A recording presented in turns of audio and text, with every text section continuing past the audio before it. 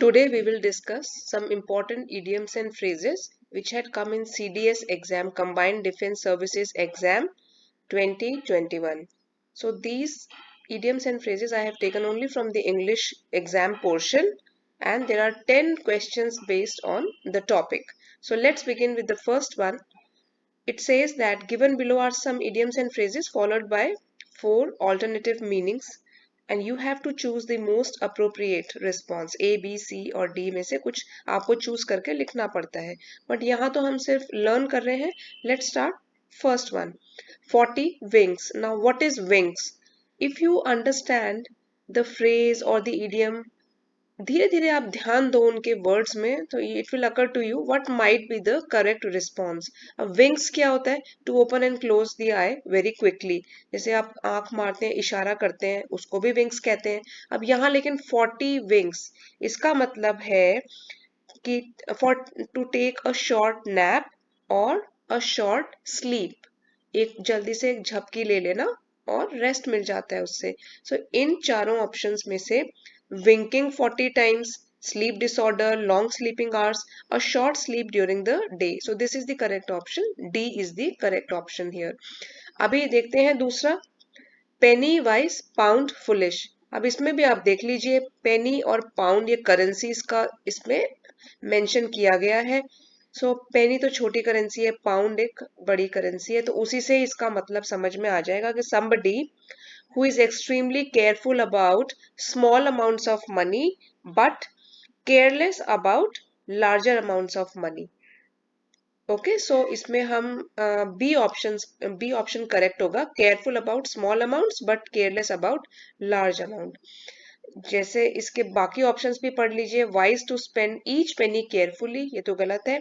People who don't understand the importance of each penny, और careful about large amounts but careless about small amounts. नहीं, जब आप यहाँ देख रहे हैं पेनी वाइज, तो इसका तो छोटी करेंसी, वो उसका तो बड़ा ध्यान देते हैं, लेकिन जहां पे बड़े पैसे की बात आती है वहां पे फुलिश बन जाते हैं. So B option is the correct option. अभी दूसरा देखते हैं, लाइफ इन द रॉ. आप ध्यान से पढ़िए, समझिए. लाइफ इन द रॉ 3-4 बार अगर आप पढ़ोगे ना इसको, try to understand, you will be able to tick mark the correct option. अब थर्ड जो है ये, इसका मतलब है कि in a plain and honest way. Nothing is hidden in this. Life is in a form of a raw material. ठीक है, जो ऐसे बोल सकते हैं इसको कि जो अंदर है वही बाहर है, कोई सजावट नहीं है, कुछ नहीं है, रॉ फॉर्म में लाइफ दिख रही है. सो इसके चारों ऑप्शंस हैं. Life in its natural unembellished state, life at its easiest, life that is complex, a daredevil's life. तो फर्स्ट ऑप्शन करेक्ट है.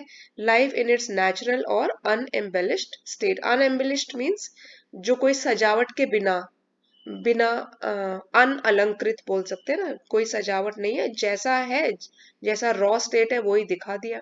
तो जैसे मूवीज में भी some movies we can say that in this particular movie this concept was presented as if life in the raw state. अभी next देखते हैं, pin back your ears. Pin back your ears, अभी 2-3 बार आप इसको पढ़ोगे, बोलोगे तो आपको समझ में तो आ ही जाएगा. इसका मतलब है to listen carefully to what someone else or some other person is saying. ध्यान से सुनना. पिन बैक योर ईयर्स, ताकि कोई डाइवर्ट ही ना हो आपके कान, या आपकी अटेंशन कहीं और डाइवर्ट ना हो, इसलिए आप पिन बैक कर लो अपने ईयर्स को. तो इस तरीके से आप इसका मीनिंग निकाल सकते हैं. To listen carefully to something, a person or organization that pins important issues, to keep yourself away from hearing bad stuff, or to clean your ears with a pin. ये तो खैर D वाला totally wrong है, सी वाला भी wrong है, first option correct है. अब ये मैंने डाउनलोड किया है ना, तो यहाँ पे कहीं कहीं पे टिक मार्क लगा हुआ है, ये पॉइंट है, इसको आप इग्नोर कीजिए. A is the correct answer, to listen something carefully to something. Next देखते हैं, paper tiger, a paper tiger. ये तो आपने शायद हिंदी में भी पढ़ा ही होगा.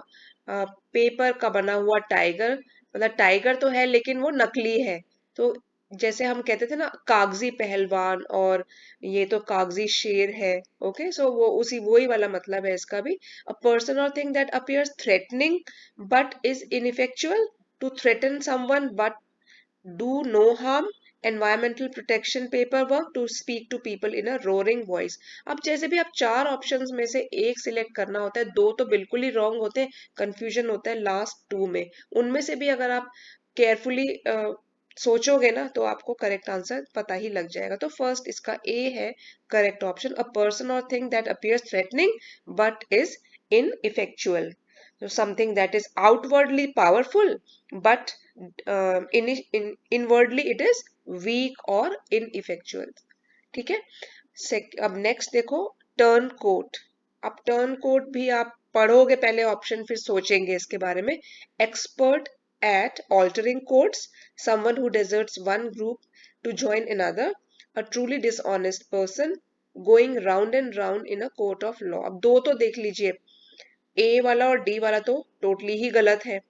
अब बी और सी में से एक है। टर्न कोट का मतलब होता है दल बदलने वाला, दल बदलू भी बोलते हैं इसको हिंदी में।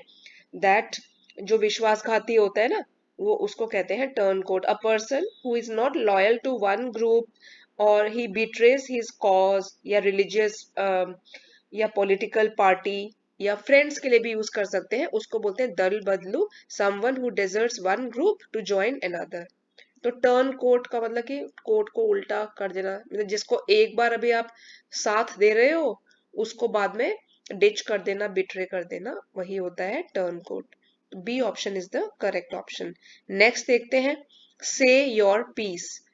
ये भी आप पढ़ोगे ना तो आपको क्लियर पता लग रहा होगा इसका क्या मीनिंग है। Let us see the four options. Speak but don't listen, speak in a talkative manner, make your argument piece by piece, express your opinion. Say your piece का मतलब तो क्लियर है कि स्पष्ट शब्दों में अपने विचारों को व्यक्त करना, ठीक है। तो इसको इंग्लिश में भी ऐसे कह सकते हैं, to give your own opinion in an honest way, or to say what is there in your mind, what you are really thinking about something. To express your opinion will be the correct option, that is D part is the correct option. अब next है under the table. ये भी आपने सुना ही होगा। Under the table कब use किया जाता है? देखिए, ओवर द टेबल मतलब क्लियर है चीजें, अंडर द टेबल मीन्स गुप्त या छिपी हुई, चोरी छिपे कोई काम कर रहे हो, ठीक है। तो इसमें ऐसे बोल सकते हैं anything that happens under the table, that means it is taking place secretly. So under the table payments which are illegal, है ना। तो इसलिए हम कह सकते हैं मेकिंग और रिसीविंग पेमेंट्स सरप्टिशियसली। अब सरप्टिशियसली का मीनिंग होता है चोरी छिपे, कि चोरी छिपे ताकि दूसरों को पता ना लगे, तो under the table exchange of money. ये है डी इसका correct option. Next top notch. Top notch तो खैर इजी ही लग रहा है, चारों ऑप्शंस पढ़ लेते हैं पहले। क्या है?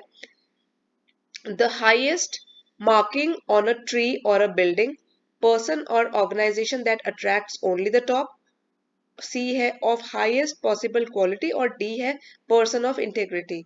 टॉप नॉच का मीनिंग होता है सर्वोत्तम, सर्वश्रेष्ठ, जो कि हाईएस्ट पॉसिबल क्वालिटी इसमें दिया ही हुआ है। C option is the correct option, which is excellent or of the highest quality.